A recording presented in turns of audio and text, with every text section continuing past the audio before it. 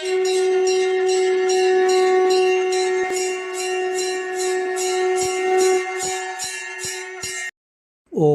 ஸ்ரீ குருப்பியோ நம.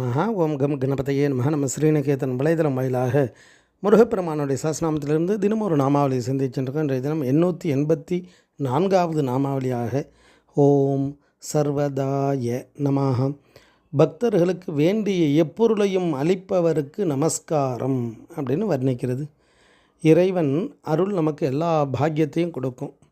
ஏன்னா எல்லா பாக்கியத்தோடு இருப்பவர் குமார பரமேஸ்வரன்.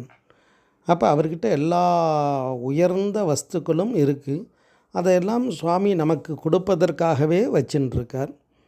அப்போ இறைவனை நம்ம பாடி நாடி வணங்கும் பொழுது நமக்கு என்ன தேவையோ அது எல்லாம் கிடைச்சிடும்.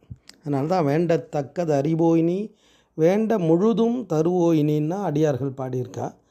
அப்போ நம்ம இறைவனிடத்தில் நமக்கு என்ன தேவை அப்படின்னா, இந்த பிறப்புக்கு காரணமாக இருக்கக்கூடியது எது அப்படின்னா நாம் செய்த வினை.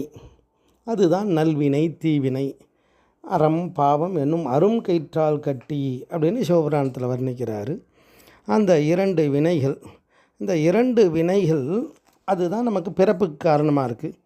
நமக்கு அந்த வினை எப்படி இருக்குது அப்படின்னா 3 விதமாக இருக்குது. அது என்ன அப்படின்னா ஆகாமியம். ஆகாமியம் அப்படின்றது நம்ம இப்போ செஞ்சுன்னு இருக்க வினை. அதில் நல்லதாக இருந்தால் நல்லது, கெட்டதாக இருந்தால் தீவினை. எப்படி ஆகாமியம் இப்போ நம்ம செஞ்சுன்னு இருக்கிறது ப்ரெசன்ட் டென்ஸில். அடுத்தது சஞ்சிதம்.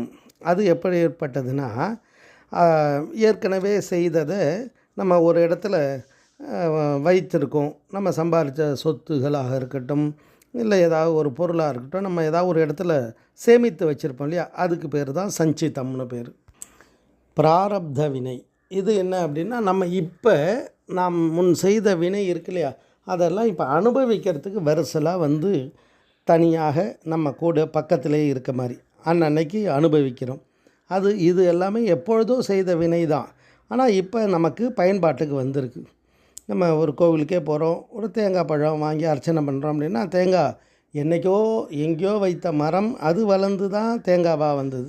பழமும் அதே மாதிரி தான். எதுவுமே அன்னைக்கே உருவாகலை. என்றைக்கோ செய்த செயல் தான் பலனாக கடைக்கு வந்திருக்கு, அதை நம்ம வாங்குகிறோம். அது மாதிரி தான் இந்த பிராரப்தம். இந்த 3 வினைகளாலையும் நமக்கு என்ன நடக்குதுன்னா சுகதுக்கமானது வந்துட்டே இருக்குது.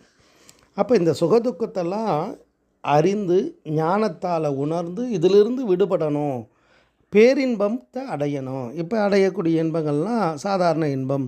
அப்போ பேரின்பத்தை அடையணும். அப்போ இறைவன் எப்பேற்பட்டதை கொடுப்பார்? அழியக்கூடிய வஸ்துவை நமக்கு கொடுப்பாரா அப்படின்னா, இறைவன் கொடுப்பது அத்தனையுமே அழியாத பெரும் இன்பத்தை கொடுக்கக்கூடியதை கொடுப்பார். அதுதான் ஞானம். அந்த ஞானத்தால் நம்ம எல்லா பாக்கியத்தையும் அடைய முடியும். அந்த ஞானம் மேலிடும் பொழுது இந்த பிறப்பு திருப்பி வராமல் இருக்கணும், பிறவாத நிலை அடையணும். ஏன்னா பிறந்தால் இந்த சரீரத்தால் துன்பங்களை எல்லாம் அடையணும் அப்படின்றதால தான் ஞானிகளெல்லாம் அழியாத அந்த முக்தியை விரும்புகிறா. அதை வள்ளுவ பெருந்தை அழகாக சொல்லுவார். மற்றும் தொடர்பாடு எவன் கொள் பிறப்பு அருக்கள் உற்றாருக்கு உடம்பும் மிகை. நீ பிறக்கக்கூடாதுன்னு நினச்சிட்டவாளுக்கு இந்த உடம்பே அவளுக்கு மிகையாக இருக்குமா, அந்த உடம்பு மேலே பற்றுகள் போயிடுமா. அப்போ அவளுக்கு மற்ற பொருள் மீத பற்றோ இல்லை அந்த பற்றால் ஆசையால் பல துன்பங்கள் அப்படி வருமா, தொடர்பு ஆகுமானா கிடையாது. அப்போ அந்த நிலை எதால் கிடைக்கும்னா ஞானத்தால் மட்டும்தான் கிடைக்கும். அப்போ ஏற்பட்ட உயர்ந்த ஞானத்தை கொடுப்பார்.